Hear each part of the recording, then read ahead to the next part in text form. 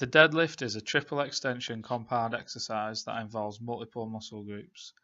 The deadlift is an explosive movement in order to shift a heavy load. This uses the ATP system, which is a short burst of energy up to 15 seconds. The main targeted muscles are the quadriceps, hamstrings, calves, glutes, trapezius, and the abdomen. The deadlift is commonly practiced in gyms and involves a barbell with a choice of weighted plates. However, it is also a sport-specific exercise. Many use the deadlift as a way to build strength in their legs and back.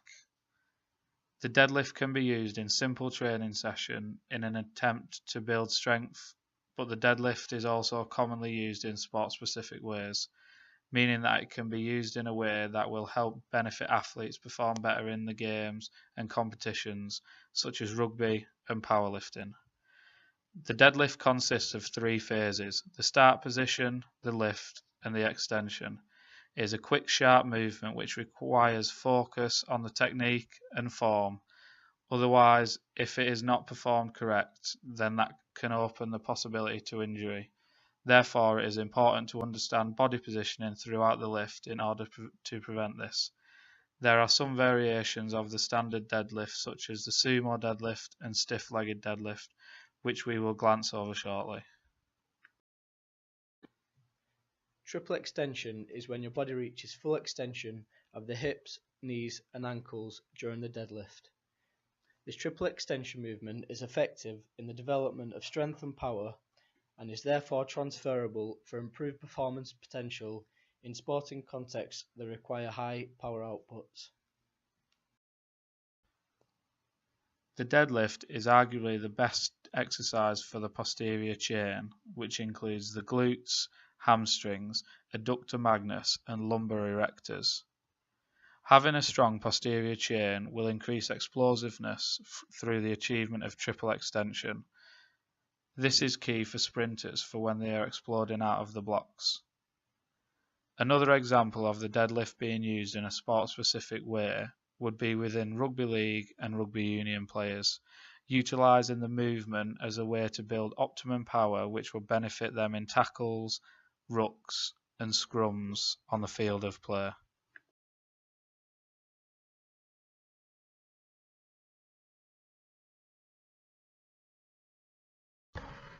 This is the complete lift on side view. As he approached the bar, he aligned his feet, adjusted his grip, and braced for the lift. As he crouched, his head and chest raised, as well as keeping a neutral spine to prevent any injury.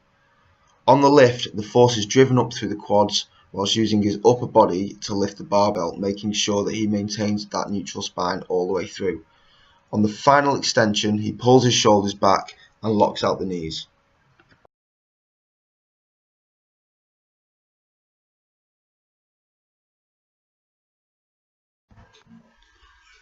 Looking at the deadlift from the front, the body shape is more clear, showing the feet shoulder width apart, arms fully extended, and the head looking up throughout the whole process.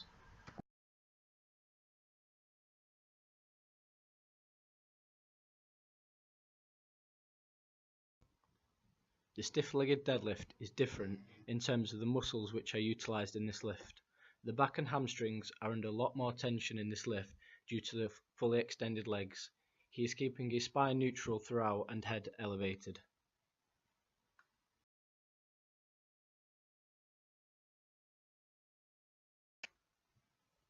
Front view highlights the positions and straightness of the legs as the barbell is slowly lowered to gain that full extension on the hamstrings.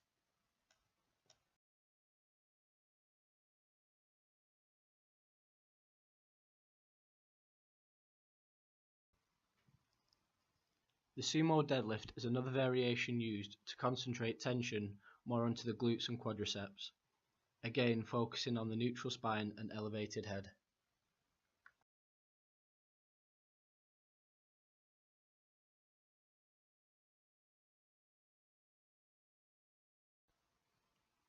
On front view of the sumo deadlift, the arms are tucked between the legs, allowing the knees to extend out further.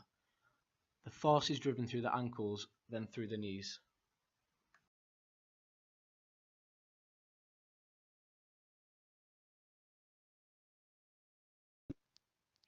When carrying out the deadlift exercise, another important training point is to use the correct gripping technique. There are numerous gripping techniques such as a conventional overhand grip, mixed, and hook grip. Regardless of the type of grip used by the lifter, they should always have their hands placed on the bar shoulder width apart or slightly wider.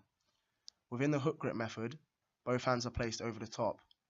However, instead of the thumb going over the top of the fingers, it is placed between your fingers and the bar to increase grip and prevent the bar from slipping. This is more of an advanced weightlifting method. A limitation of the hook grip is that some lifters may find it uncomfortable due to the thumb being in an awkward position. The overhand conventional method is the most common grip technique used, especially by novices, due to it being very simple. Both hands go over the top of the bar, with both palms facing the lifter. This technique, however, does have its limitations, and lifters placing large amounts of weight onto the bar may struggle to keep a grip. If, however, this is the case, they may opt for alternative grips, such as mixed or hooked grip. Within mixed grip, one hand is placed over the top of the bar, and one is placed under it. This helps increase grip and prevent the bar from rolling out of the lifter's hand.